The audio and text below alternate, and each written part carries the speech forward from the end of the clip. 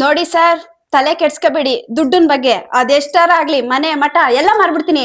Final ಆಗಿ ಏನಾದ್ರೂ ನಿಮಗ್ ಕೊಡಕ್ ಆಗಿಲ್ಲ ಅಂದ್ರೆ ಇರೋವ್ 2 ಕಿಡ್ನಿನೂ ಮಾರ್ಕೊಬಿಡ್ತೀನಿ. ಒಟ್ನಲ್ಲಿ ಈ ಕೇಸ್ ನನ್ನಂತೆ ಮಾಡ್ಕೊಡ್ಬೇಕು. Okay sir?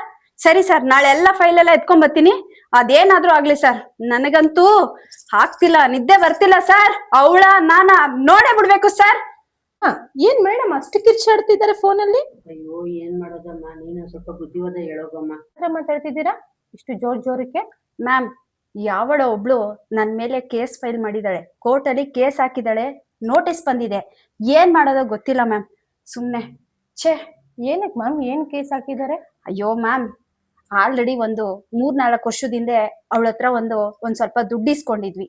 ಆ ದುಡ್ಡು ಕೊಡಕ್ ಆಗ್ಲಿಲ್ಲ, ಆದ್ರೆ ಆಗ್ಲೇ ಇಲ್ಲ.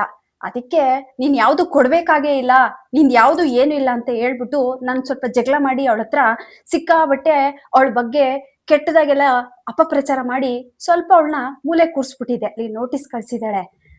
ಅವಳನ್ನ ಮಾತ್ರ ಸುಮ್ನೆ ಬಿಡಲ್ಲ ಮ್ಯಾಮ್ ನಾನು. ಅದೇನಾದ್ರೂ ಆಗ್ಲಿ ಮ್ಯಾಮ್, ಮಾಡ್ಲೇಬೇಕು.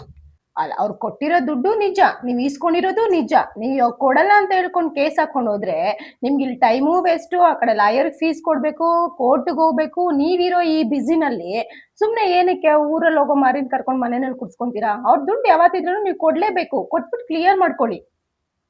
ಹೌದಾ? ಲಾಯರ್ಗೆ ಎಷ್ಟು ಮ್ಯಾಮ್ ಫೀಸು? ಈಗ ಆಲ್ರೆಡಿ ಲಕ್ಷಾಂತರ ರೂಪಾಯಿ ಕೇಳ್ತಾ ಇದ್ದಾರೆ. ಲಕ್ಷಾಂತರ ರೂಪಾಯಿ ಕೇಳ್ತಾ ಇದ್ದಾರೆ. ನೀವು ಅವ್ರ ಹತ್ರ ತಗೊಂಡಿರೋ ಅಮೌಂಟ್ ಎಷ್ಟು ಮ್ಯಾಮ್?